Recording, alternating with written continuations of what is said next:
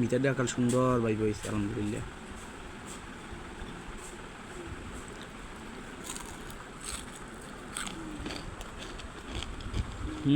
বন্ধুরা সেই রকমের।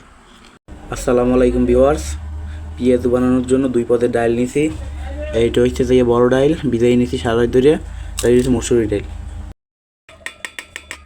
দিয়ে দেবো, ব্যালেন্ডার করে দেবো।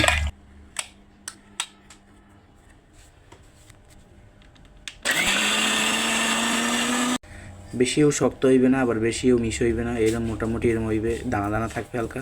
তাহলে পেঁয়াজগুলো খাইতে অনেক ভালো লাগবে। এবার পেঁয়াজগুলোর একটা বান্ডে, পেস্টের একটা বান্ডে উড়িয়ে নেব। পেঁয়াজগুলো মাখানোর জন্য সব মশলাপাতি দিয়ে দেবো। সবাই আগে দেবো পেঁয়াজ পরিমাণ মতো, তারপর দেবো মরিচ পরিমাণ মতো, লবণ, হলুদের গুঁড়ো, মরিচের গুঁড়ো, জিরের গুঁড়ো, আস্তা জিরা দিয়ে দেবো, কাঁচা জিরা অল্প পরিমাণে। এবার মাখাই নেব সুন্দরভাবে।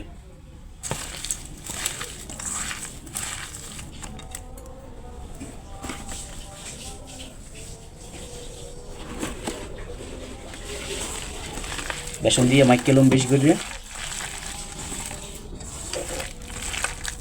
পরিমাণ মতন, বেশিও দেওয়া যাইবে না, যেন ডুবা ডুবা তেলে বাঁধা যায়। গ্যাসটা জ্বালাইয়ে তেলটা গরম করে নেব।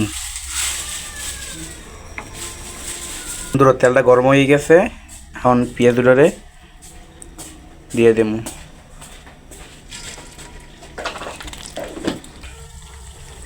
কি সুন্দর কালার চলে আসছে, পেঁয়াজি বাঁধা হয়ে গেছে। কালার আছে কি সুন্দর দেখেন, প্রত্যেকটা কালার আছে আলহামদুলিল্লাহ সুন্দর। দিলে রইলাম।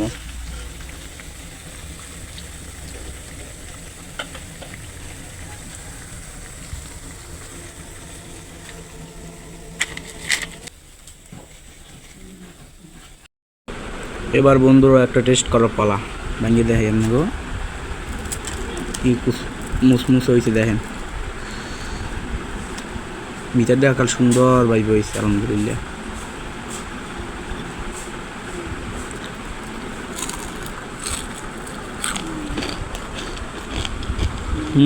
বন্ধুরা সেই রকমের।